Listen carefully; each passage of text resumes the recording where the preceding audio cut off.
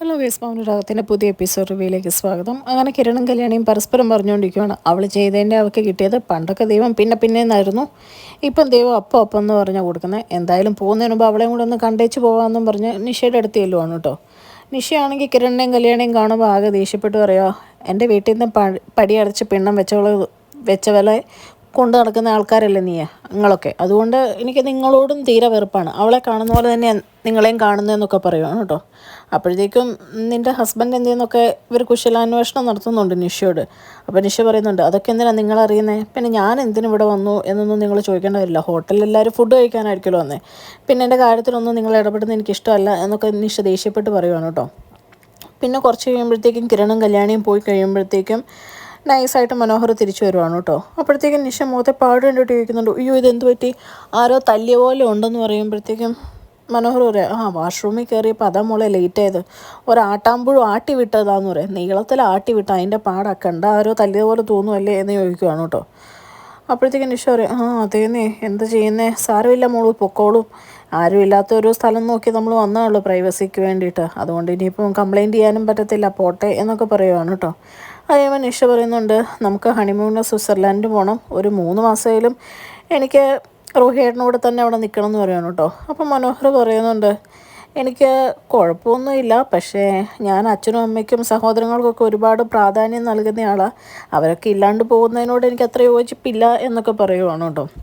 കഴിഞ്ഞ് നിഷയോട് പറയുന്നുണ്ട്, എന്തായാലും മോളൊന്ന് വീട്ടിൽ പോയി നിൽക്കുവാണല്ലോ, കഴിഞ്ഞ് അമ്മാവൻ്റെ ചടങ്ങൊക്കെ കഴിയുമ്പോൾ ഞാനങ്ങ് വരാമെന്ന് പറയുമ്പോഴത്തേക്കും നിഷ ആകെ സങ്കടപ്പെട്ട് പറയുമോ, റോഹിയേട്ടനില്ല ഞാൻ എങ്ങനെ നിൽക്കും, എനിക്ക് ഓർക്കുമ്പോൾ തന്നെ സങ്കടമാവുന്നു എന്നൊക്കെ പറയുവാണ് കേട്ടോ.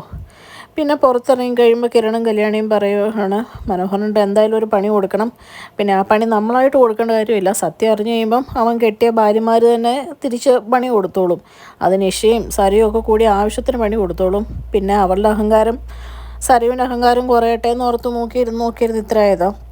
ഇനി എന്തായാലും നീ പരിപാടിയൊക്കെ കഴിഞ്ഞ് തിരിച്ചു വരുമ്പോഴത്തേക്കും ഇതിനൊരു തീരുമാനം ഉണ്ടാക്കണം, അവനെ ഇങ്ങനെ വിട്ടാൽ പറ്റുകയില്ല എന്ന് അവർ പരസ്പരം സംസാരിക്കുവാണ് കേട്ടോ. എന്നിട്ട് അവരവിടുന്ന് പോവുകയാണ്. പിന്നെയും മനോഹറിനെയും നിഷേനെയാണ് കാണിക്കുന്നത് കേട്ടോ.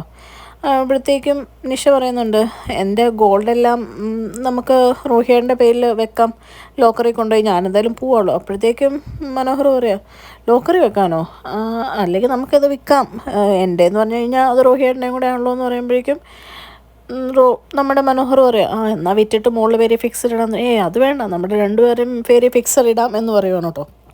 ഇതൊക്കെ കേട്ട് അതൊക്കെ ഇങ്ങനെ ചിന്തിച്ച് ഭയങ്കര ഹാപ്പി ആയിട്ട് ഫുഡ് കഴിച്ചുകൊണ്ടിരിക്കുവാണ് കേട്ടോ മനോഹർ.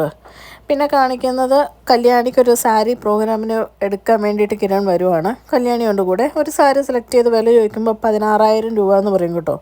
ഇത് കേട്ടിട്ട് കല്യാണി പറയുന്നുണ്ട്, അയ്യോ അത് വേണ്ട, അത്രയും വിലയുള്ള വേണ്ടെന്ന് പറയുമ്പോൾ കിരൺ പറയുവാണ് സെയിൽസ് ഗേളിനോട്, ഇവളങ്ങനെയൊക്കെ പറയും, നിങ്ങൾ ഏറ്റവും വില കൂടിയ സാരി തന്നെ ഇങ്ങനെ എടുക്കുക നോക്കട്ടെ എന്നൊക്കെ പറയുവാണ് കേട്ടോ.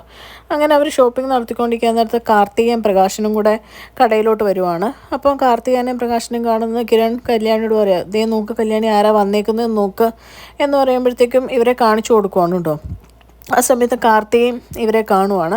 അപ്പോൾ കാർത്തിക തിരിച്ച് പ്രകാശനോട് പറയാം, അച്ഛന് ഇഷ്ടമുള്ളത് തുണി എടുത്തു എന്ന് പറഞ്ഞ് തിരിഞ്ഞു നോക്കുമ്പോഴത്തേക്കും ഇവരെ കാണുവാണ് കേട്ടോ. ഇവരെ കാണുമ്പോഴത്തേക്കും കാർത്തികൻ പറയുന്നുണ്ട്, ദേ അച്ഛൻ ആരാ നിൽക്കുന്നതെന്ന് നോക്കിയെന്ന് പറഞ്ഞു കഴിയുമ്പോഴത്തേക്കും പ്രകാശനും ഇവരെ കാണുവാണ്. അങ്ങനെ 2 കൂട്ടരും പരസ്പരം ദേഷ്യപ്പെട്ട് നോക്കിക്കൊണ്ട് നിൽക്കുന്ന കാണിച്ചുകൊണ്ടാണ് കേട്ടോ ഇന്നത്തെ എപ്പിസോഡ് അവസാനിക്കുന്നത്.